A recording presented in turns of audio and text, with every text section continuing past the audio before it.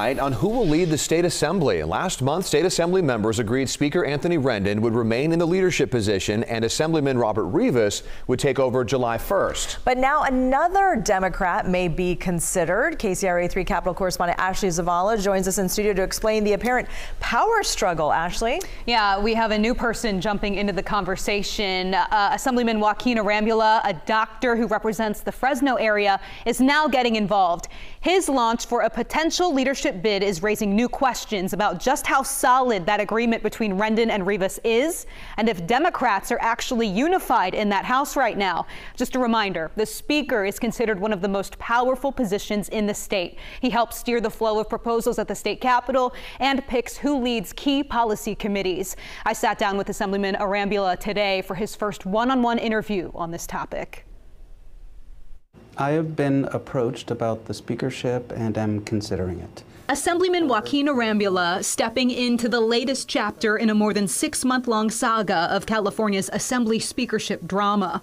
I look forward to more discussions. While I'm humbled by the confidence that has been placed in me, this consensus decision regarding a speaker ultimately rests with the members of our caucus, and I will respect that decision. The doctor from Fresno has been the leader of a budget committee focused on health and human services for the last 6 years. Experience, he says, is key to this kind of leadership position. Arambula's involvement comes less than 2 months after Democrats agreed Speaker Anthony Rendon would pass the torch to Assemblyman Robert Rivas on June 30th. Is there just not a consensus right now? I believe it's important for us to find a consensus pick. Team Rivas is saying that this is a done deal. Is it a done deal? Well, I think anytime we are talking about leadership, it's important for us to do the hard work, to ask the members to take a vote.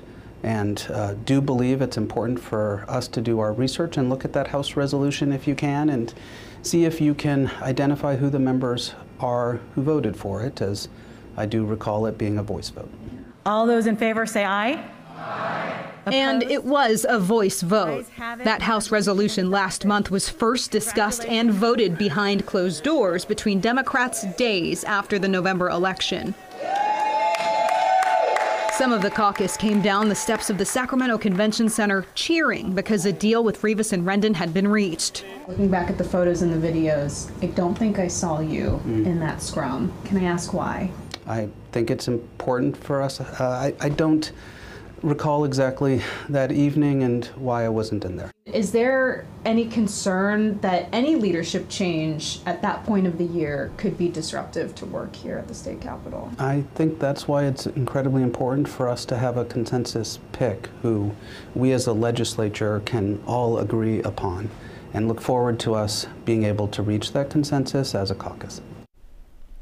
Now, in response to Arambula's leadership bid, a source close to Speaker Rendon says he thinks highly of Dr. Arambula, but he has not been involved in this bid.